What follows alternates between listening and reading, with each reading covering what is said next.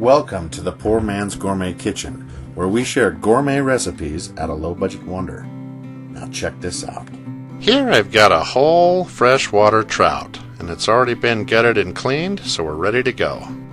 And the first thing you want to do is cut slices 1 inch apart from the head all the way down to the tail.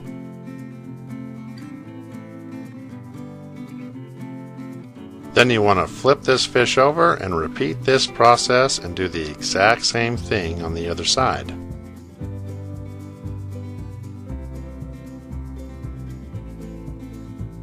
And as you can see here, they're just bone deep slices that will allow that marinade to get down in there and create more flavor. And the best way to do that is to place the fish in a Ziploc bag, and then we can pour buttermilk directly into it.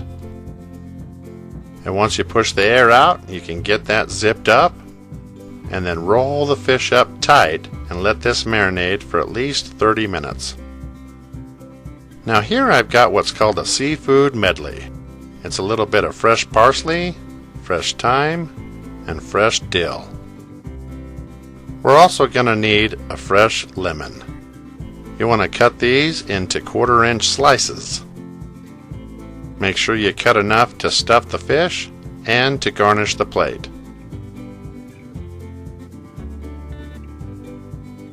And now that the trout is done marinating, we can season it with some kosher salt and black pepper. Just be sure to flip it over and get both sides.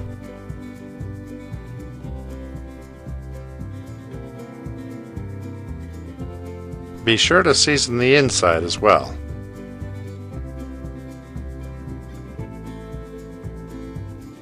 Now take half of that seafood medley and lay it down on one side of the inside of the fish. Then cover the top of that with 3 lemon slices. Then once again with that seafood medley, so it's sure to season the other side of that fish. Once you've tucked it in tight, we're ready for the grill. And what I generally do is lay that fish directly on the grill, preheat it to 350 degrees, and I let it cook for 5 minutes before I open that lid.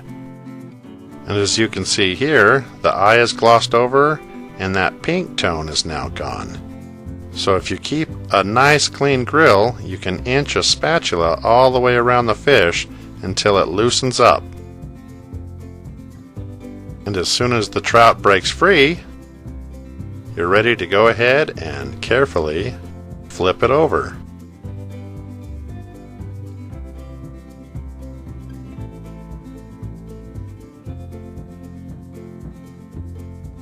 Also be sure to keep it over the direct heat. Now you can baste the skin with melted butter and let it finish cooking for 5 more minutes. Now here I've got some fresh almonds. I'm going to drop that into a food processor and get these blended until they're these nice chunky little pieces. And in a hot pan I'm going to melt down some butter, and I'm going to add those almonds right to it. And you want to just stir this in until it's completely incorporated, and you want to cook this for just a few minutes until you get some color. By now you should be able to plate your trout, and you can get back to the stove because those almonds will be ready for a splash of amaretto. And you can cook this over a medium-low heat. Squeeze in some fresh lemon and just let it caramelize a bit. And as soon as it looks like this, it's ready to go. Just pour those caramelized almonds right over the top of that trout.